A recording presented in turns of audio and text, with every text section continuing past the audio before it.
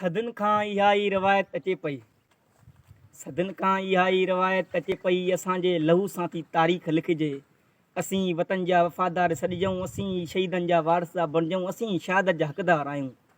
असांजो मुक़दर आहे गोलियूं ऐं घाणा, असांजी त तक़दीर जेलूं ऐं थाणा।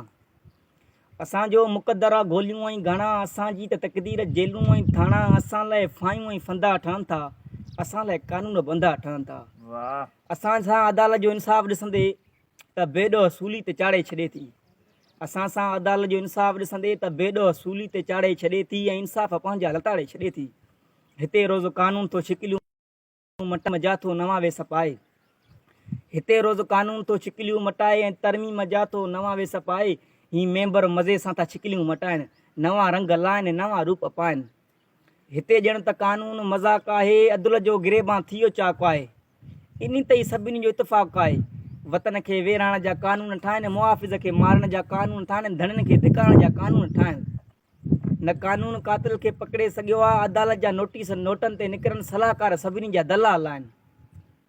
विकामण जी ॿोली ॿिन्ही खे ॿुधाइनि, ही जहिड़ा विकामनि ऐं लाशनि खे विकिणनि, ही शहीदनि जे क़बरुनि ऐं केसनि खे विकिणनि, ही धरती जे दंगनि ऐं दड़नि खे विकिणनि, ही पाणी खे विकिणनि, ही ॿेटनि खे विकिणनि, ही झांगियुनि जे झूपनि ऐं झंगनि खे विकिणनि, ही अॿोझनि जी आसन ऐं उमेदनि खे विकिणनि। ही विकिणनि था जेकी विकामी सघे थो, ही विकिणनि था जेकी विकामी सघे थो। मगर मुल्क मुंहिंजो विकामी न सघंदो, भिटाई जी भेणी न भेले कोन सघंदो। अञा मुंहिंजे ॿाहुनि में होशू जी हिमत, अञा मुंहिंजे दीदुनि में दोदे जी दहशत, अञा मुंहिंजे अंदरि इनाज जी अज़मत, अञा दिलि में दोहले जो दस्तूर आहे ऐं मिटी सां मोहबत जो मंशूर आहे।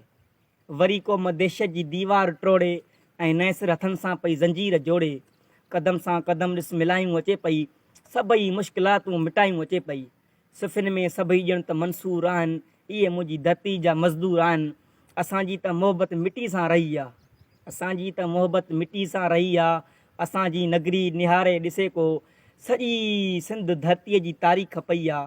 जीऊं था दुनिया लाइ त तारीख़ आहियूं, जे मारिया वियासीं त तारीख़ थियासीं, जे मारिया वियासीं त तारीख़ थियासीं। हक़ मौजूद संगत जियो।